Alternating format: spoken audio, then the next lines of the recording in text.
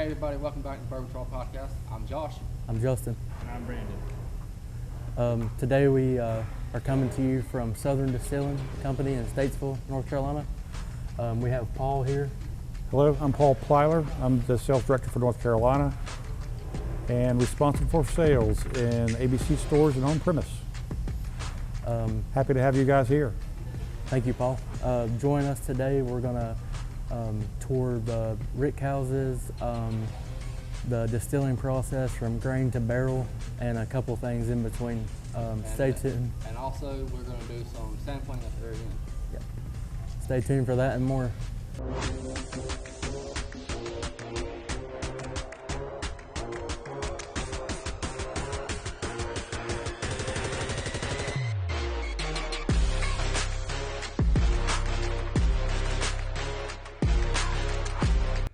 My name is Paul Plyler. I'm the sales director for North Carolina with Southern Distilling Company. We make Southern Star brand as well as Hunting Creek spirits. And this is Rick House A. This is a barrel storage warehouse that has roughly 25,000 barrels in it. The purpose for this is to create an environment where we're able to extract flavors from the barrel staves with time and changes in temperature and humidity. One of the things that's unique to our aging climate has to do with our altitude, which allows us to get a little bit deeper penetration into the barrel staves. That red line is deeper than if we were in a lower altitude. In addition to that, when we have heat in the summertime, we have humidity. And as you know, when you're out working in the yard and you break a good sweat, until you go inside, you don't really evaporate that. It sort of stays. Right. So that's what that does for the aging climate, is it allows these barrels to not lose as much of the water of the distillate, meaning there's lower proof climb. That's actually a really good metaphor. The way you explained that just now, being out in the sun, whatnot. Yeah. So the whole perspective is, if you think of proofing whiskey, let's say for example, the predominant larger distilleries will enter the barrel at 125 proof, which is the maximum allowed by law. And when you do that, what happens? You create a tannic reaction with the staves, and it starts to pull the oils out of the tannins, and you end up with a very highly tannic whiskey product in the first couple of years. It'll take between 5 to 7 years to repair that damage. We're entering the barrel at 110, not 125, so we don't get that reaction with the barrel staves.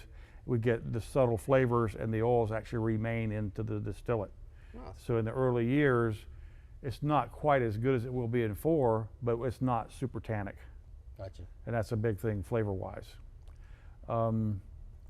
I see y'all do the vertical storage instead of the old rick houses horizontal. To kind of tell us a little bit about that. It has to do with several things. So number one is the expense, not only to build the building, but also the expense to stow and move barrels, versus having a crew of probably 8 to 12 people who have to rotate because each barrel weighs a little bit over 500 pounds. So we're putting 4 on a pallet, and the vertical storage of one man on a forklift with a spotter can move those barrels very rapidly. Gotcha. And we're not adding tons of extra labor. So, and then as we're basically stowing them away, we're recording the location of individual barrel numbers so we know where they are. Okay. So in the event we need to pick up a particular barrel, and they know it's in, exactly. Rick House A, it's in row 30, and it's 5 rows deep. We know to go get it. It's really easy. Yeah, that makes perfect sense. Yeah, a lot easier. So the construction cost of the Rick House of this sort of basically a metal building structure, what we're trying to do is not augment, but allow the natural ambient air, temperature, humidity, and heat to permeate. That natural cycle is what creates a season's worth of aging. So you'll notice there's ridge vents. Those are open year round. There is a fan in the back, but that's normally left in the off position. And we want what the temperatures are and the outside ambiance to be inside this building. Right. And that exchange of that 1 year is evident by, number one, the elevation will let us get a little bit deeper penetration, so that red line's a tad deeper than if we were at a lower altitude. Our winters are actually a tad shorter, even though we have some severe cold, and it happens. It's in more compact, so there's less time of the year are those barrels dormant, nothing really happening. The heat is where you're getting that exchange of the barrel. Yeah, the expansion. And That's shrinkage. exactly right. Yeah. So once the temperature has gone down and you've got that energy stowed, in this building right now is probably 10 to 15 degrees cooler than outside, and that'll stay that way until probably late August is when it'll start to, the temperature rise, and it'll be warmer in here than it is outside in many cases, especially early in the morning. And that energy will stay in till late November, early December, maybe mid-December. Really? And then as the temperature gets cold, we'll start to pull that energy. It'll actually pull the distillate back in from the staves, and it'll be sort of dormant until the next heat cycle comes and it goes back in. So predominantly for our brand, it depends on the client, but for our brand, we're typically a 4.5 to 5 year old product. So the first barrels of the Paragon wheated bourbon, the first 200 barrels are reserved for a future release. So there are some that are probably as much as 6 or 7 years old in here now. Nice. If we can kind of walk down the aisle a little bit and show the viewers a little bit more in depth of how much is really in here, give them more of an idea. So there's another little case in point is there's basically a license plate on each one of these barrels, and you can do a close up there. You can see there's no confidential information about its client ID. It would be depending on who the customer is. In addition to our own brand, we're making for about 125 other brands. One of which I can talk about only because he's disclosed it on his website, that we make his spirit, and that is Belfour Spirits. It's a brand out of Texas. It's a retired hockey Hall of Famer has that brand, and we make all of his whiskey. That's awesome.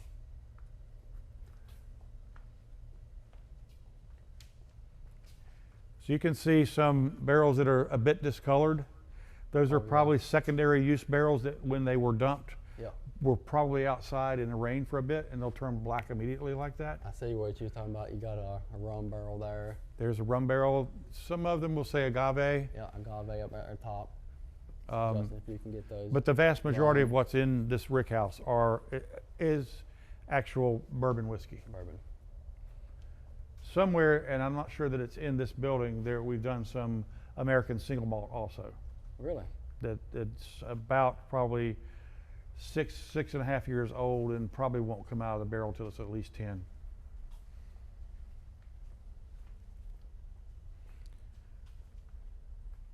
Wow. I know. The smell is great. I love It's the unique. smell. Yeah. Now you can see the dark streaks. That's basically what happens. All this is, God made this wood, and it's not all necessarily going to hold complete. Some barrels will leak, some barrels don't. But that's actually the sugars that are coming out of those staves, and is what the dark image is the sugars from the actual whiskey.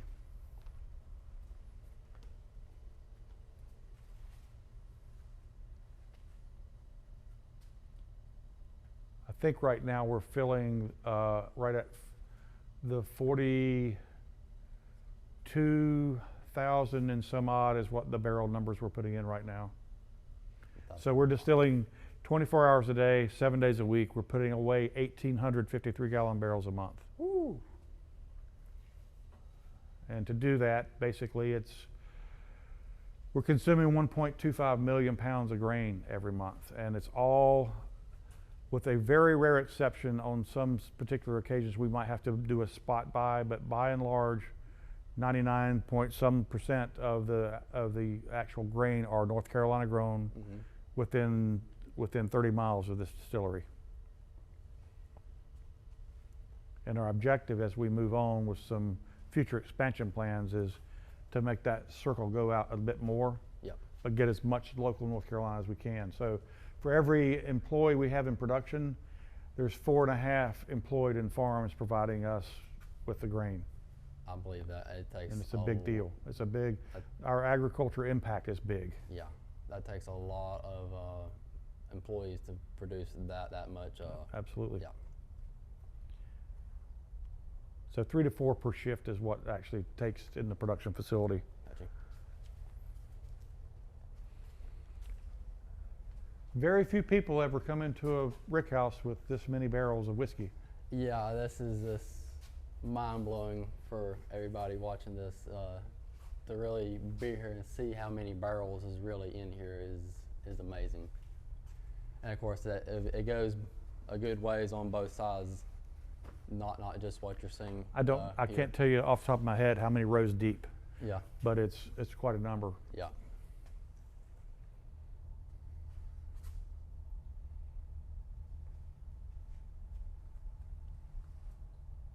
So you got 1, 2, 3, 4, 5, 6. So there's 7 layers. 7 high and. So the higher elevation barrels will be more exposed to the heat in the summertime. Their flavor profile will be different than the ones that's near the bottom. So a blend of a certain set. So for the bonded, we'll take numbers of barrels, and typically we'll try to get a good cross section between all the levels. And not that it's going to, one release versus the other is going to be different just because every barrel is different, number one, but number two is we're trying to sort of present that flavor profile. Right.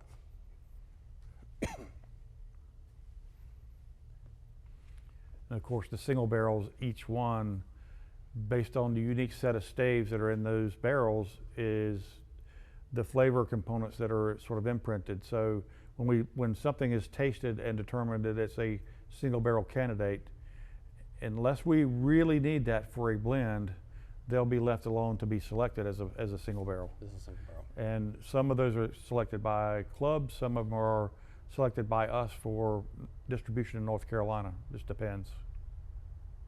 The cross section. Gotcha. Now, do y'all, as of right now, do y'all only put out y'all's product just for North Carolina, or are y'all trying to branch out to other states? So we're currently in 26 states. You're in 26 states. Wow, The that's plan, awesome. the goal is to, by the end of 2023, be in 35 states. And by the end of 2024, be in all 50. That would be awesome. So it's aggressive, but that's what we're, Yeah. you know, and some of the recent accolades, like the New York International Wine and Spirits Competition winning Best in Class, which was a single barrel category under 10 years old, winning double gold in that category. Then we were able to be entered in the competition against all the representatives of all 650 bourbons entered. And we also won the best bourbon overall in the New York last early fall, late summer, early fall. That's really something to be proud of. And then we found out about 6 weeks ago, we also won San Francisco. You heard it, folks. If you see Southern Distilling on your shelf, you better grab it. That's right. Because it is very good. So another release that we haven't done yet that'll happen in the fairly short term is so the high rye bourbon that we used to establish our brand, which is basically a 60 corn 36 rye, 4 malted barley, it will be released as a single barrel cask strength, and then we also have it proofed at 90. So the standard bourbon, they'll be in those two different expressions, if you will, and it's really good whiskey. So if you see bottles in the ABC system, if it says release 13 or higher, that is grains grown in North Carolina, distilled and aged here, that's 4.5 years old and put into the bottle. And it's particularly bright in comparison. Release 12 of the standard was an 8-year-old MGP, and you set it side by side with the release 13 or 14, it's a dramatic difference. Ours is much crisper, cleaner, and sweeter, and lots of spices in it that you don't get in the MGP. And a lot of that has to do with barrel entry proof and the aging climate.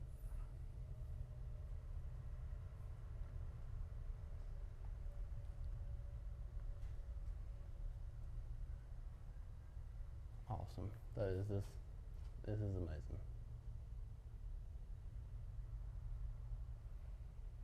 So in the barrel, you'll get somewhere around 25 to 30% loss in the first year and about 5% per year. That's the angel share. And a typical barrel, if you were to do single barrel cast strength, we'll do somewhere in the range of 750 milliliter bottles. Wow. To give you an idea. But it'll vary because some of them will actually have a bit more of a leak than others, and it's part of nature. Yeah. Well, as you were showing some of them, Justin, if you want to.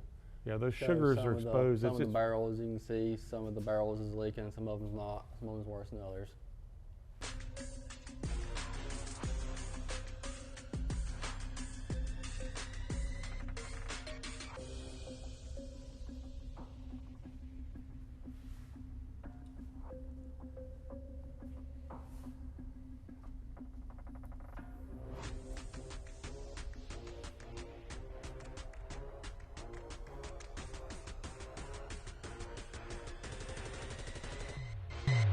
So you're in the preserve now. The preserve basically is an event, a location to host events. We'll do things here at the distillery. We may do some live concerts. It's available to rent as a wedding venue, etc. We've got, I don't know the exact number, somewhere at 12, 13 garage doors will open up and make this completely open space. And outdoors, there's a area for outdoor cocktail parties, etc. We've got several of these portable bars to make them be where they need to be to serve the folks. So that's a gas fireplace. It's ventless, but it actually adds a nice ambiance. Oh yeah, I'm sure. So as you can see, the distillery owner is into cars. That's what I was about to ask. But this is not all of them. Yeah, that over there is pretty sweet.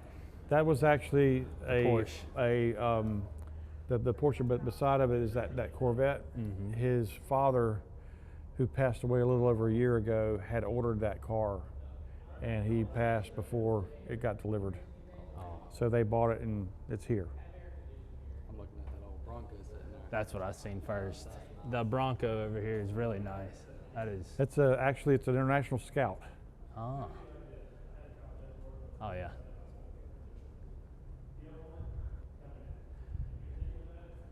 So this is a storage. Another form of temporarily, storage. yeah. There's upstairs. There's a bridal suite, and a nice platform upstairs for the ladies to prepare for an event wedding, and then you've got twin staircases for the whole ambiance of the wedding procession. It's about 12,000 square feet inside the building. I believe it comfortably will seat around 250 for dinner. Yeah. Depending on how it's configured. There you go, Josh. Would you mind if we went upstairs? Absolutely. Let's Just take a walk. Take a quick look.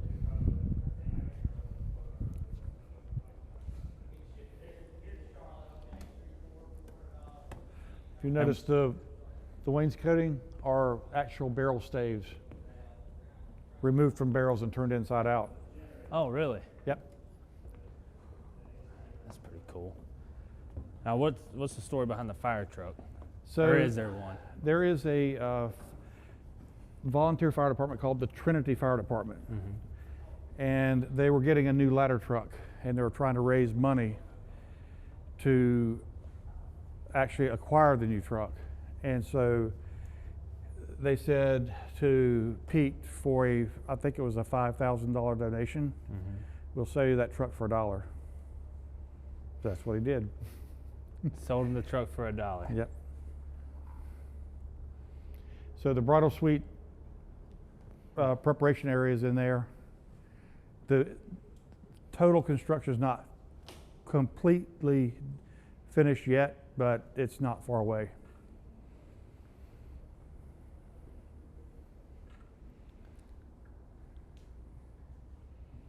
So all these rafters are stained and left fairly natural.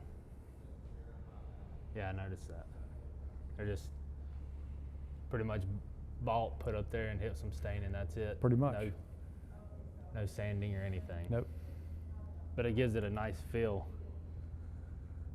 It's a nice warm spot up here right now. Oh yeah, yeah. All the heat's rising. It's a good size area too. It is. So, and you said this will be for wedding receptions? Wedding receptions, any kind of a party. Host event? Right. We've got a cigar company in South Carolina who wants to do a cigar event here. That sounds good. And we're entertaining that. Yes. So they'll be featuring our whiskey and his cigars.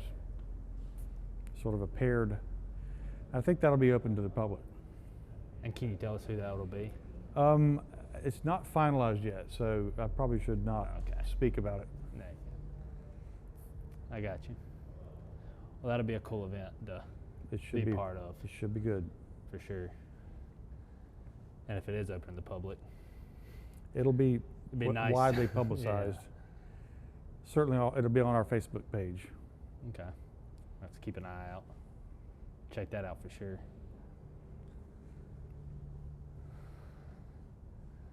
So, hey, this is a nice area, though.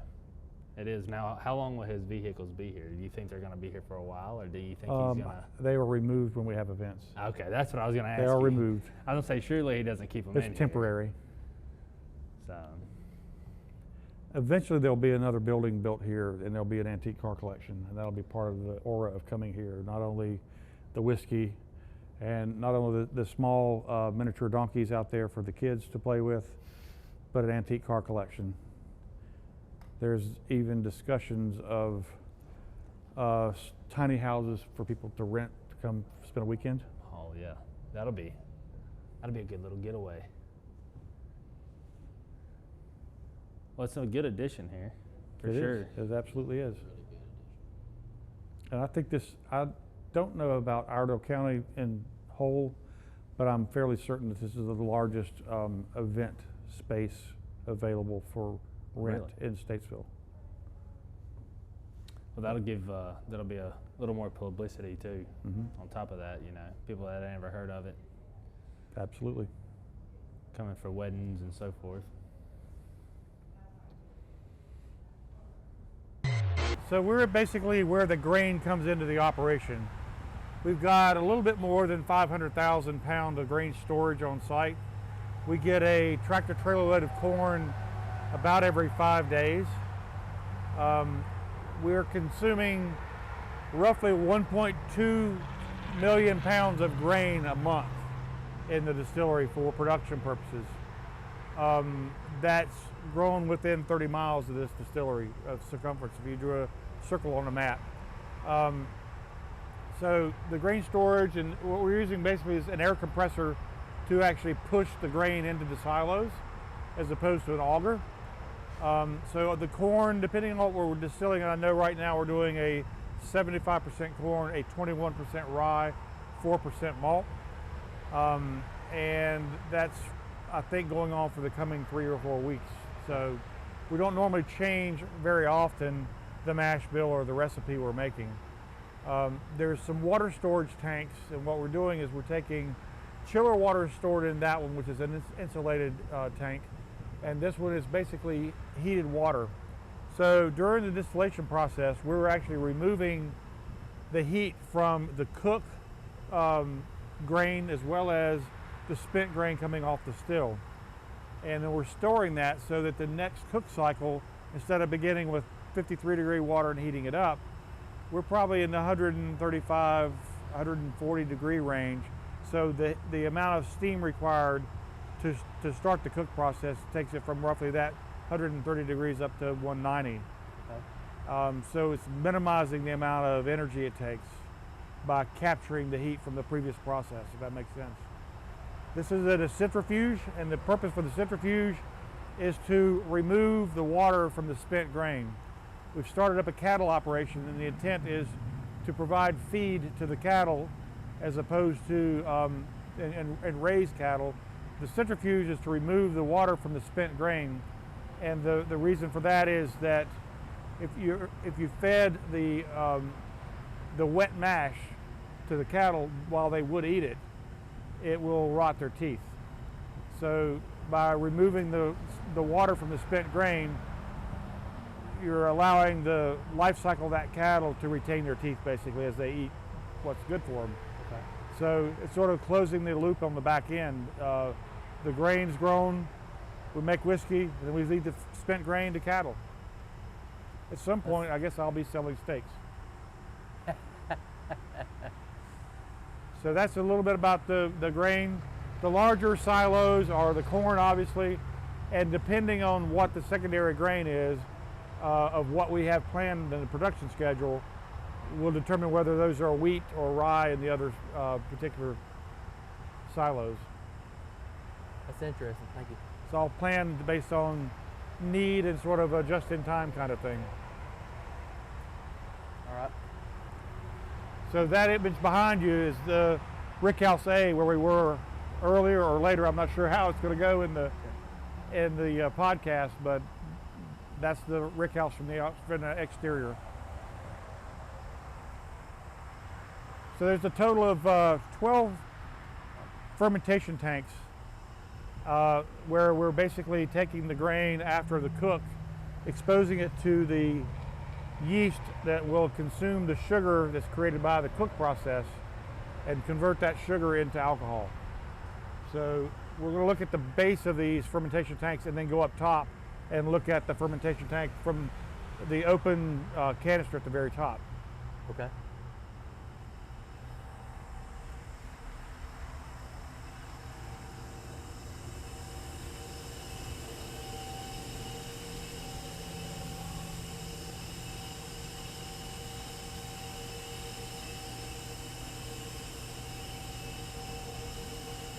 So this gives you a representation of corn coming in and after the roller mill. So we're not really grinding it to flour. It's like a very coarse kind of a grit consistency. The whole objective is exposing the starch. The starch will turn to sugar. That's the beginning of the process. Then we've got wheat, rye, and barley, the same before and after. So this grain, after it's gone through the cook cycle, is transmitted through these pipes on the bottom and a series of valves opening and closing to be able to transfer that mash where it needs to go next. It's either being filled from the cooker or headed towards the beer well. The beer well is in the very back corner. It is the one that has the pump that puts the actual mash in, introduces it into the still at the top. This is a 2,500 gallon cooker. 2 cooks will fill 1 fermentation tank.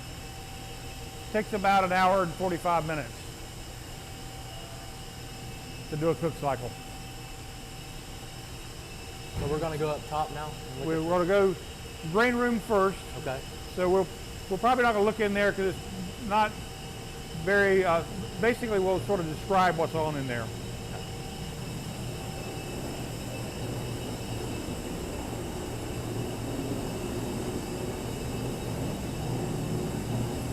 So the grain room basically has a hopper with a load cell in it that they're using to measure how much grain is being brought in. So the corn will be the first item brought in, and they know the predetermined amount of weight based on the mash bill that's on the schedule. So it goes into the cooker via that conveyor, or the auger, if you will, after going through the roller mill.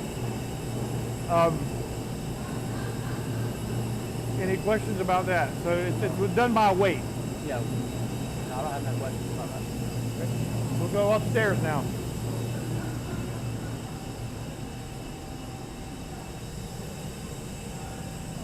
So the coming 4 weeks are the same actual mash bill, the 75, 21, 4. Okay.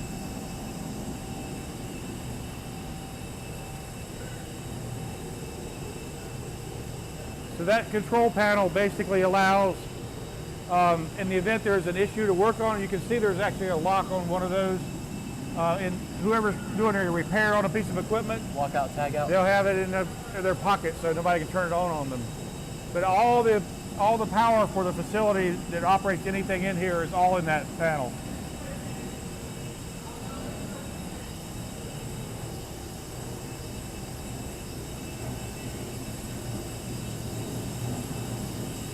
How you doing? Hey. How you doing?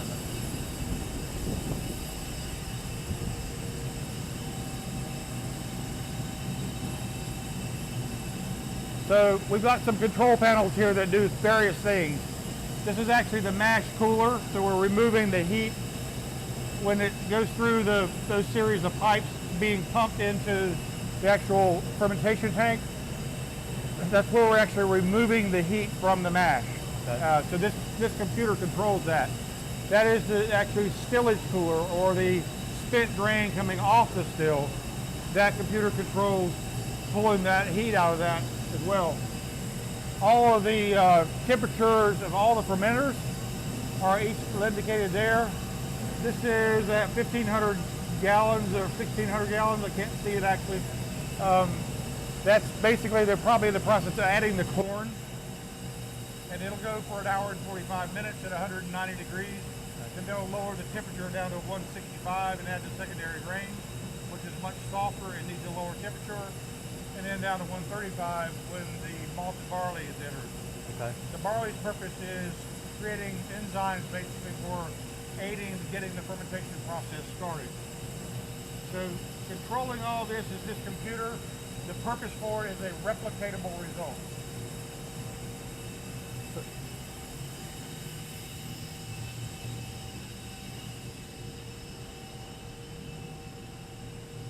We're going to go to the oldest fermentation tank first. Okay. Come on the back.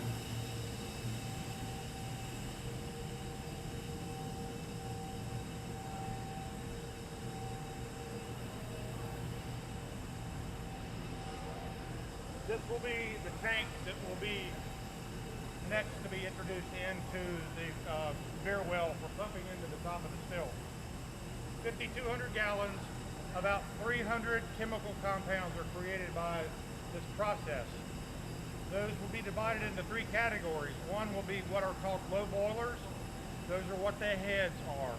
They're about 10 very volatile congeners that we want to remove from the distillate.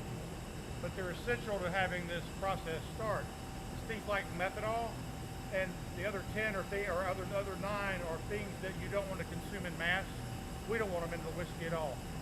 So that those are considered low boilers, meaning instead of boiling at 212 like water, it'll begin to boil at 128 degrees. Okay. Up until the mid to upper 130s, like 136 or so, and then you'll move into the hearts of the ethanol. So the way that's done is the column still is going to extract those chemical compounds at different points in the process. So the mash, once we take it out of here and put it into the beer well, which you're welcome to go up and have a look inside the beer well. This is going to be the well that's doing the pumping. And what's happening is it's feeding in about 11 gallons per minute into the top of the 2 stills that are active. There's a propeller at the bottom that maintains homogeneous integration of all those things, so that that crust that you see on top, if you didn't homogenize it, you get to the bottom, you wouldn't be able to get that out. So Okay. you want that mixed.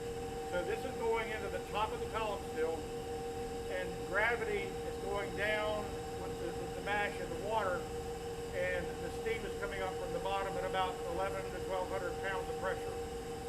adjust that up or down to create an output off of the still at a certain degree, certain temperature. So they're trying to get a target group of 130.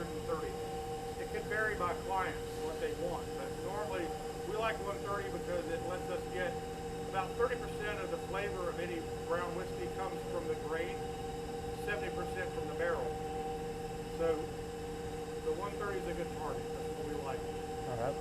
Right? So what they'll do is they'll take that fermentation tank, and you saw that sparge, that copper pipe, they'll introduce air to that to homogenize that mix to pump it over to the beer well. When it gets near where that propeller is at the bottom, they'll take the next cycle of mash and go ahead and fill this tank so that it runs continuously. It doesn't run to the bottom and get air. Basically, we're just going to keep that propeller exposed and pump in the next. That's the reason it's taller than the others. That allows that that kind of staging to happen.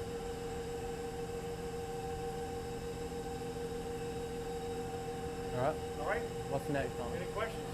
I have none. So the low boilers, then the hearts of the ethanol, and then the tails. What we're going to do is we're going to go at the bottom to where the still is, and look at how the beer well is actually introducing this to the still. We'll go to the bottom and see that. Okay.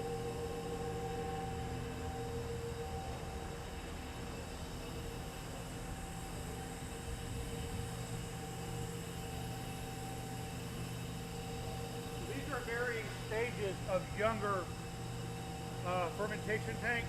We're going through about a 52-hour fermentation cycle, and that is yielding us roughly around 1,853 gallon barrels a month. That's a lot. You'll see different activities of the yeast depending on how young or old the fermentation tank is in that 52-hour cycle. This is much younger than this one is. You see more activity and more movement. The most active are rye mash bills, high rye mash bills, like a 95% rye, 5% malt. They're really active. They, in some cases, will actually spill over. That's crazy. That's how active the yeast are. Let's get out of the heat and go downstairs. All right. Yeah. Thank you.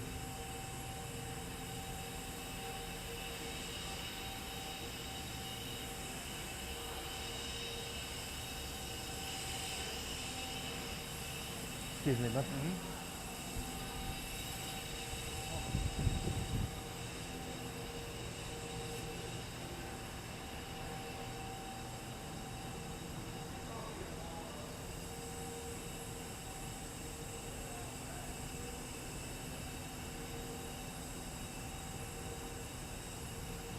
Miles, you okay to count the corn?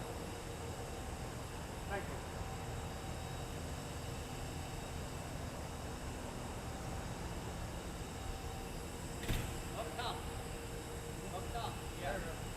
Eventually I'll get there.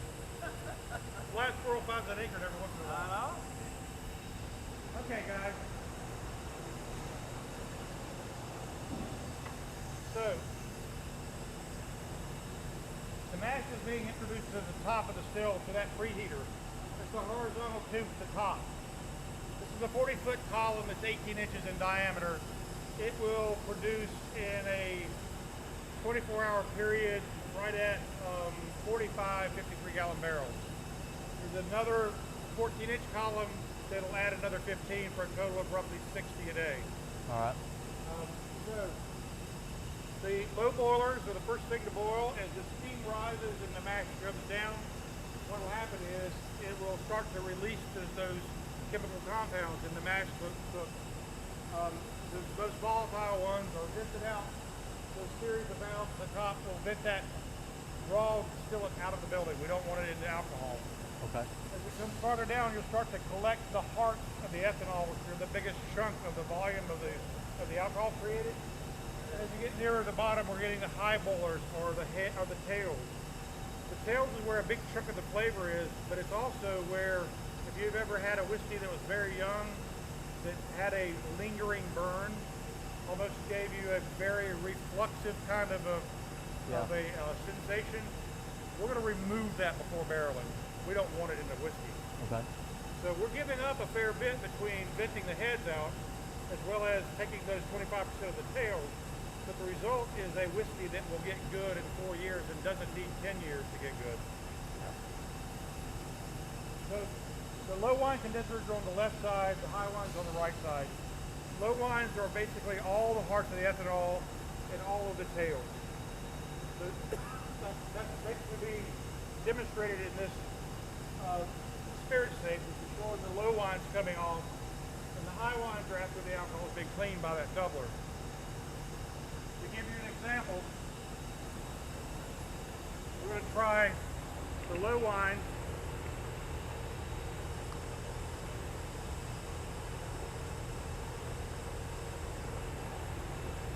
So these low wines are at 130 proof. You don't really need to drink this because your palate where you taste the flavor. All you need to do is wet your palate or your tongue. And what you'll pick up is some of the sensations from the actual grain. All right. You'll probably get a presentation of sweet because that's 75% corn. Then you'll get an earthy quality, which is the rye. And then there, at the very end, there will be a residual, and I'm not going to tell you what it is until you tell me what you got.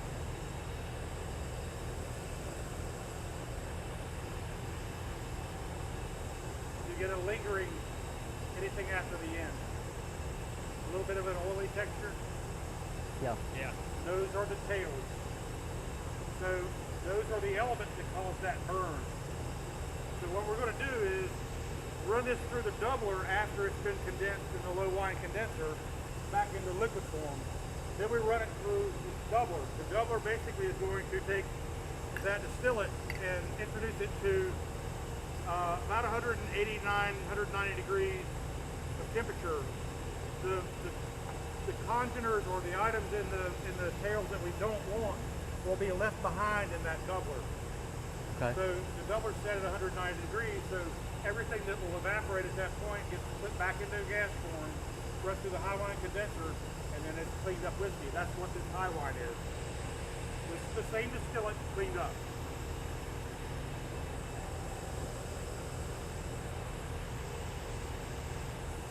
Much cleaner, crisper. Yep. All that lingering aspect is gone. Yeah, there's none at all. So the first is what most people put in barrels. Yeah. The second is what we put in barrels. Now, there's a slight variation on what goes in the barrels. You can dump that. You don't need to consume it all. This is, we talked about barrel entry proof at roughly 110 proof. This is the whiskey, the high wine proof to 110 for barrel entry. So you'll notice you had a little bit of a very sharp, very ethanol to begin with. This is going to be way more tame. This is going to change what we get out of the barrel as opposed to going at 125, which is the maximum allowed by law. Going at 110, we don't get that reaction.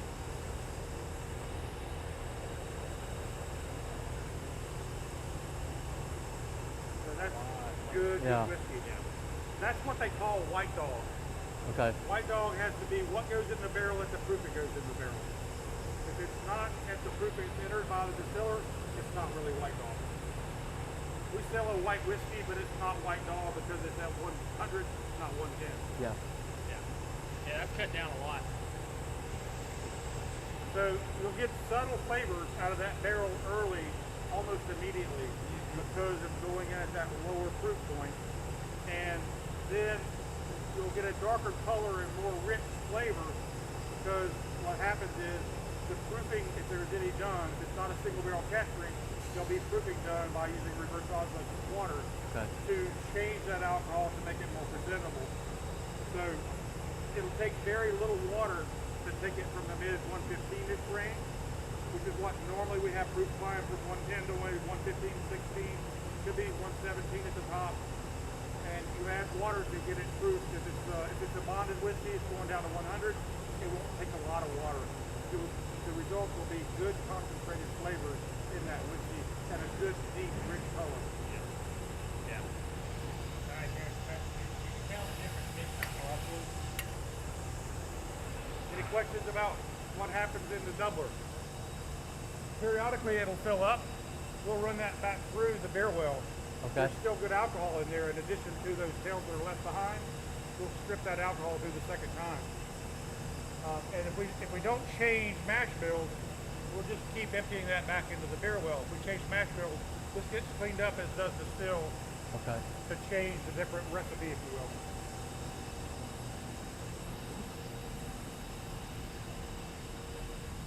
So that 18-inch and this 14-inch column are both producing simultaneously. So Okay. the same mash is being pumped in the top of each. We were able to acquire this still because we needed increase in volume, and it gave us 15 barrels a day. We did not order that originally. We bought it from the maker because he couldn't deliver it to someone who couldn't take delivery. So we bought it and put it in. Okay. So this is the controller basically for the 14 and the controller for the 18-inch column. The bottom feed rate as well as the steam pressure is what they'll adjust up and down to hit the 130 target. And they're keeping a log on the hour. And they'll adjust it accordingly. Okay. And they'll know what they changed. So all the high-proof spirits are actually transferred into this containment room. This containment room is where all the high-proof liquor is stored until it's barreled, or if it's going into a tanker to go on a tanker truck, depending on the method that's leaving here. So these are being filled right now. As you're seeing, there's a pump operated by air pressure, not electricity. The only electricity in this building of high voltage are these explosion-proof lights on the ceiling. In the event there were a fire here, that door will automatically close, and this room will contain a fire for a period of 2.5 hours. That's It's a crazy. federal requirement. So the way that it's constructed is there's a standard steel stud wall in the middle and layers of drywall to get the fireproof rating. Okay, so what you're saying is any distillery has to have a fireproof filling room? For the high proof spirits, that's Okay. it. All right. So they will, as they fill these, they'll number these barrels. They know that what the max bill is, etc.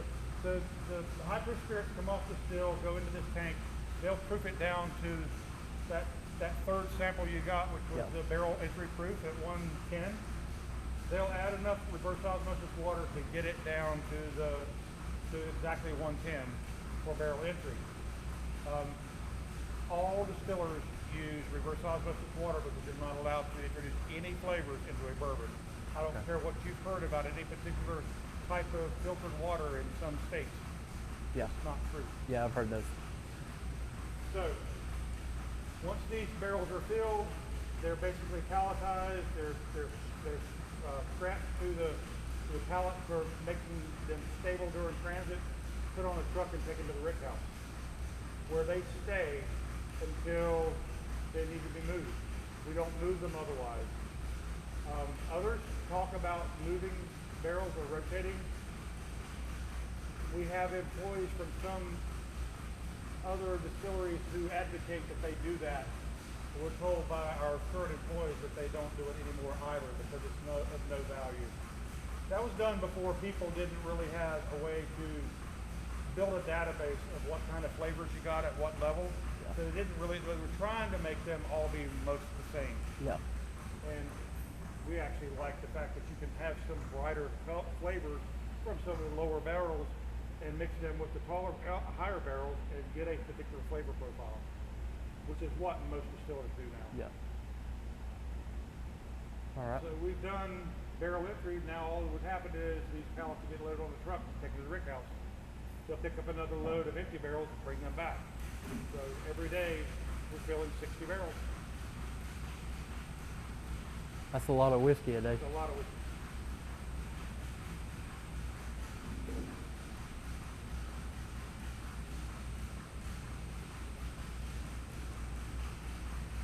Cool, isn't it? So the way that they do the proofing is each of these tanks are sitting on top of a load cell. Okay. They know what the proof is. They know what the weight of it is because they'll have the tare weight for what that tank weighs. and then they can do a calculation with a program called Whiskey Systems that allows us to say, you need this number of pounds of RO water to get this down to this proof point. They'll introduce most of that, recirculate it, make sure it's actually very well integrated, check it again, and do whatever tweaks they need to hit exactly 1 pound. Really exactly the same thing that they would do as if they were barreling or bottling you're dumping barrels that are going to go into a bottle and bond. It's got to be exactly 100 proof. The same process they do. Okay. So this is basically the gift shop area. There's all of the products that we distill and some that we don't are in here for sale. This is the standard bourbon. Paragon is getting a lot of attention nationally as well as even locally. It moves very well in North Carolina, which is a 70 corn, 16 wheat, 14 malt. That's the single barrel cask strength. The one on the left is this is the bonded, then the single barrel cask strength, and the 92 proof is here. So the 92 and the bonded are a blend of typically 5 barrels or more. That bonded 2018C is actually a blend of 20 barrels. We needed more volume of liquor because we've gone into 26 states now, and we needed it for the expansion. So this standard bourbon is what has been on the market a long time. It initiated as a product distilled by MGP or Midwest Grain Producers in Lawrenceville, Indiana, and they helped us as we had no aged product to have something to say ours will be this good or better in 4 years. Most people would tell us that the Paragon is better by a long shot than what the standard bourbon was. So releases 12 and under are MGP. If you see release number 13, 14 or above in your ABC store, that is grain grown in North Carolina, distilled and aged here and bottled here. This is, and it does, the Indiana statement is removed from the back of the label. Okay. Otherwise, that's the only way you tell them apart, is to know that. So that little bit of inside knowledge can help you. I would tell you this, if you tried it side by side with a release 12 or earlier, this whiskey will be way more cleaner, crisper, and a really, really good flavor profile, as opposed to the higher barrel entry proof MGP Spirit that didn't even remove all the heads, much less any of the tails. Okay. They're prevalent in the distilling. So, the standard bourbon is a good try. There'll be a future release of that in a single barrel cask strength. There'll be those two probably expressions unless the owners decide to do more, but I think that's the target, is a 90 proof and a single barrel cask strength. And both of them will be very good representations of the spirit. This is a double rye. It's a blend of two methods of making rye. It's a 51% rye, 39 corn, 10 malt, which is a very similar mash bill to Sazerac rye.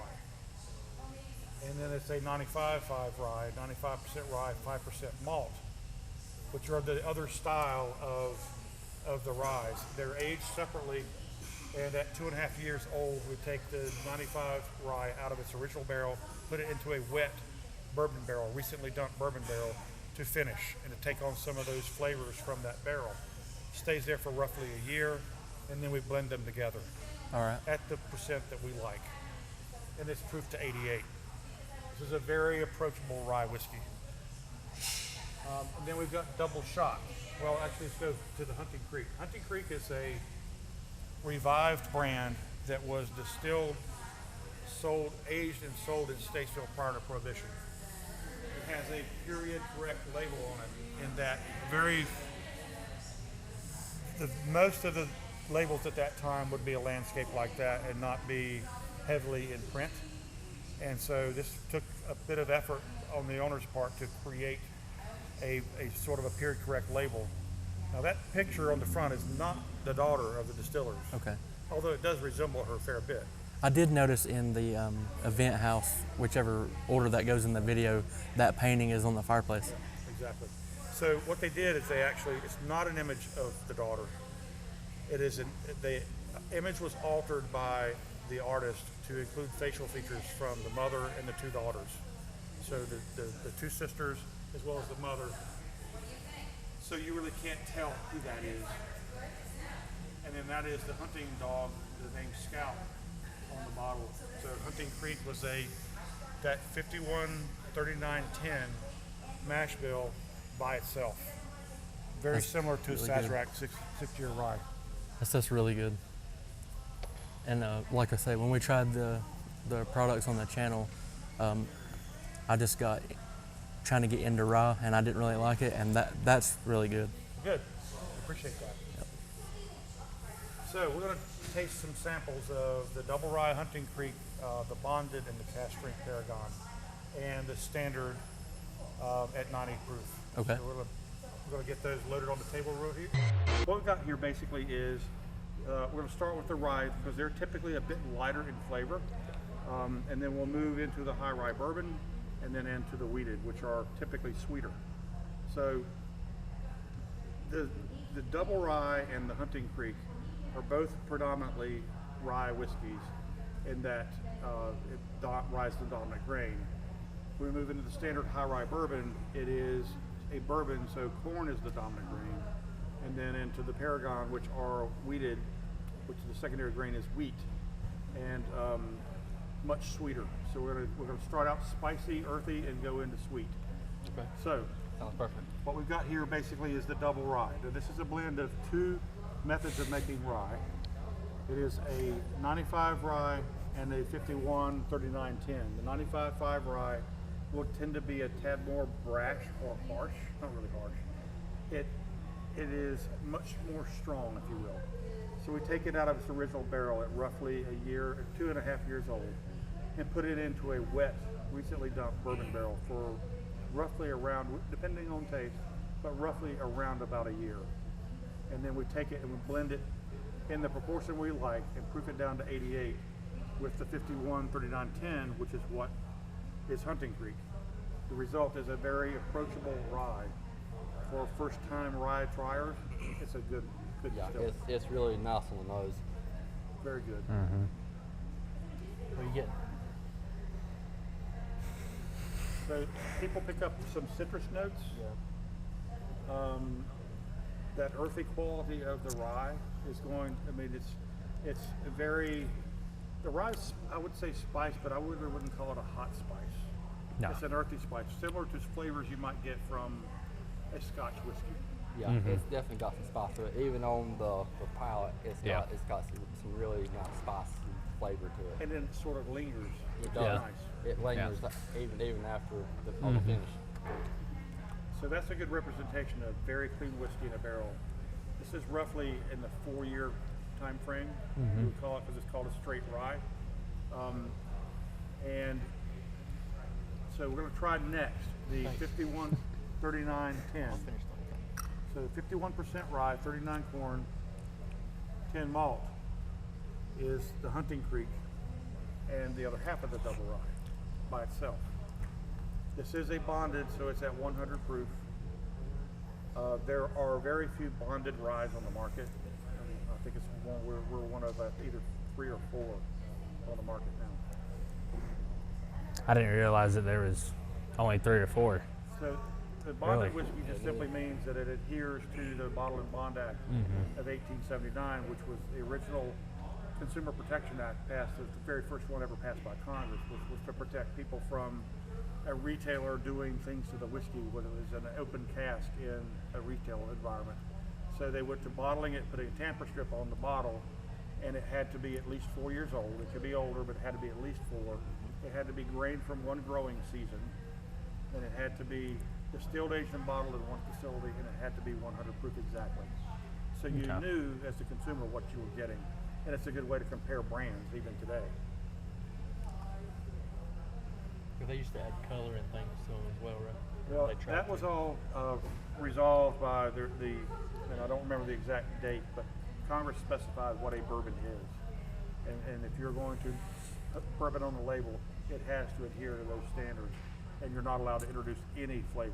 Right. If you do, you can do, and there are some finished whiskeys that are maybe either finished in That's a, good.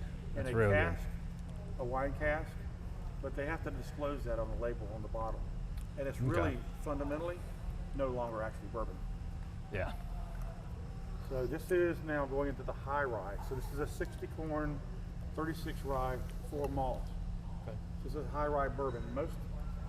Probably 70-75% of what's on the bourbon aisle in your ABC store or your retailer, rye is the secondary grain on the vast majority of everything. Most don't tell you that. We spell it out on the label. It's a high rye. High rye means it's more than 21% rye, or the secondary grain is more than 21%, whether it's a rye or a wheat. The Paragon would be considered a low wheat at 14 or 16, and the malt at 14. So the standard's going to give you that sweet from the corn initially and the spicy, lingering qualities in your palate. It's really, really good. Yeah, we're getting into the sweet on the nose. Exactly. Yeah. Much sweeter than the ryes, Yeah. although the ryes do have some sweet elements to it, but not as much as bourbon. This one's got a lot sweeter. more sweet notes to it on the nose. Right. I can definitely tell on the palate. It don't have that real spicy. It has those real sweet notes. Yeah, nothing's lingering. Yeah, on that. it's, Yeah, there is no spice. it's Not really a much lot, at lot, all. lot of It's just sweets. sweet. Yeah, a lot And of sweets. there's a lingering sensation, Yeah. which I Yeah. find terribly enjoyable. Yeah. Yeah, that's really good. Yeah, that one's. So, as I said, this will be released in the near future in a cast strength, similar to the cast strength of Paragon, and it will rival one another. They're going to both That'll be really good. Yeah. They're going to both be the big sellers. Yeah. This now outsells the Bonded by about 2 to 1. Wow. Yeah. So we're going to, you pick your poison at this point. You can either go with big bold flavor first, or we can edge up to the big flavor. How do you want to do it? I'd rather edge up to the big flavor Right. so that way the other one don't seem All right. It doesn't overdo it. So over this, there. the Bonded, what happens is if you think about proofing like tea. So when you make, if you like cold tea in the summertime, if you steep that tea and put it in the refrigerator to get cold, and you've never put ice in it, it's going to have a structure and a flavor profile, right? If that tea were at room temperature or after steeping, and you wanted to get it cold like the refrigerator, and you add ice to it to get it cold, what's going to happen is ice is going to melt and it's going to change the structure. That's in essence what's happening in a bonded whiskey going down to 100 versus this barrel entry proof, which is at 112. Now that might not sound like a lot, but it does change the palate. It changes the structure of what you're going to taste. This will be a much more narrow palate than the cast strength. Okay.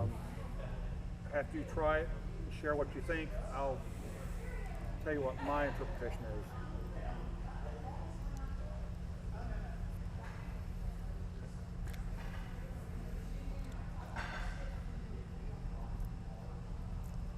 I pick up 3 dominant flavors in my palate.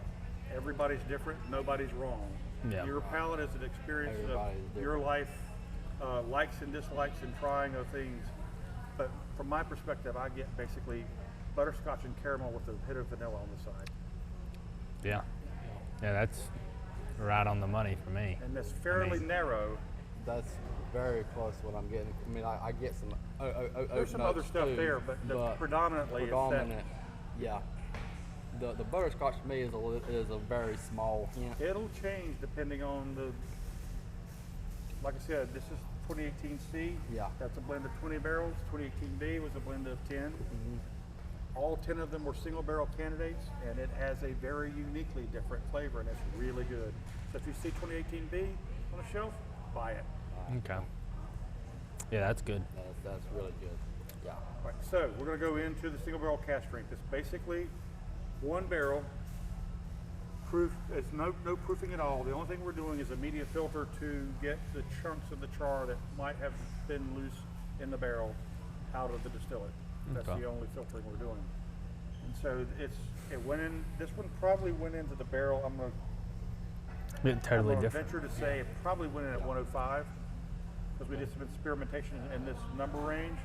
Came out at 112 5 years later. Yeah, it smells totally different. Well, it's completely different. Different, Totally completely. This is the Yeah. whiskey, the way it came out of the barrel, Yeah. and it's going to be a big, wide palate. Oh yeah. Totally different one So the first thing you're going to get is the high corn at 70%, immediately followed by a coating of a creamy feel in your upper palate. And it'll stay there a while. I immediately got the corn. That's the wheat. Yeah. The creamy thing is the wheat. Corn's boom. Yeah, at it hits 70% you. right up front. Yeah. Then you start to get into some other flavors. So right after that creamy texture, Get you'll some start to get spicy. some caramel, Yeah, that too. and then maybe a little bit of honey, possibly some. Most people pick up some vanilla at that point, and then you move into that mid palate where there are some dried stone fruit like apricot, like dried apricot, and then you move into the sort of think about Christmas sort of baking spices.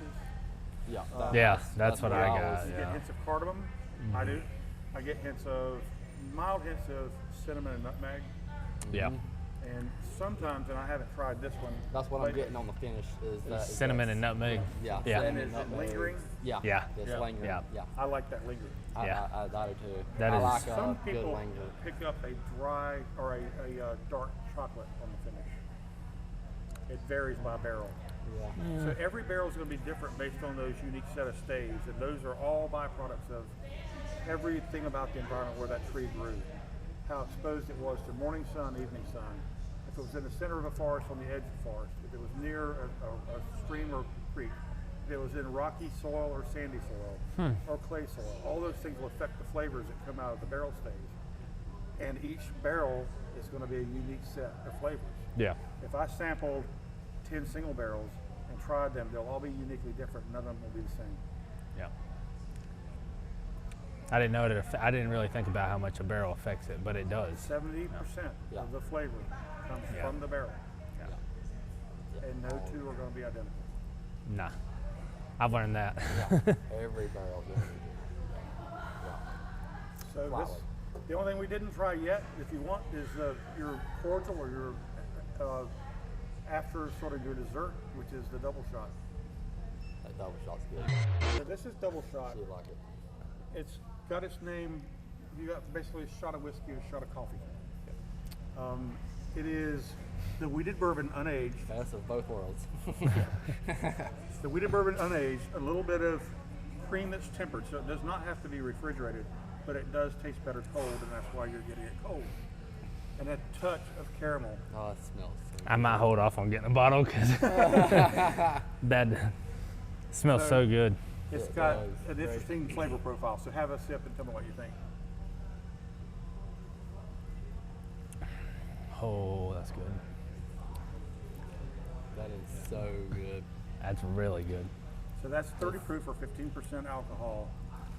We call it affectionately at the distillery adult yoo-hoo. Yeah. Yeah, I was gonna say it's like Yeah. chocolate milk on steroids. It's Yeah. great.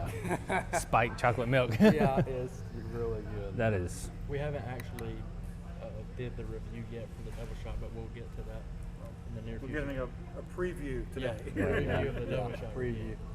That right there, So man. this is something you can put in your coffee and nobody will know it's not cream if you don't tell them. Exactly. Yeah. It also is really good in vanilla ice cream. Any spongy cake, like a good cupcake, Oh yeah. just drizzle it all over the top and eat your cake. It's really good. Yes. That is very Or tasty. By itself, neat like you just had, or on the rocks.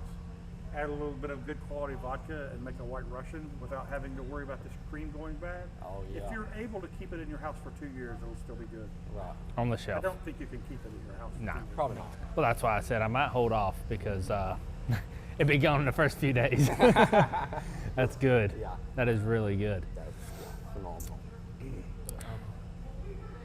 So we've toured the Rick House, Yep. Rick House. toured the event center. We showed you guys through the distillery from grain to barrel. Taste test of some of the majority of the These are the core. product- This the is core really products. the core of our operation. Thank you again to Paul and sales, Thank you. Southern Distilling. Appreciate you guys being here. And I guess with that being said, happy bourbon. Happy bourbon. Good Bourbon Trolling.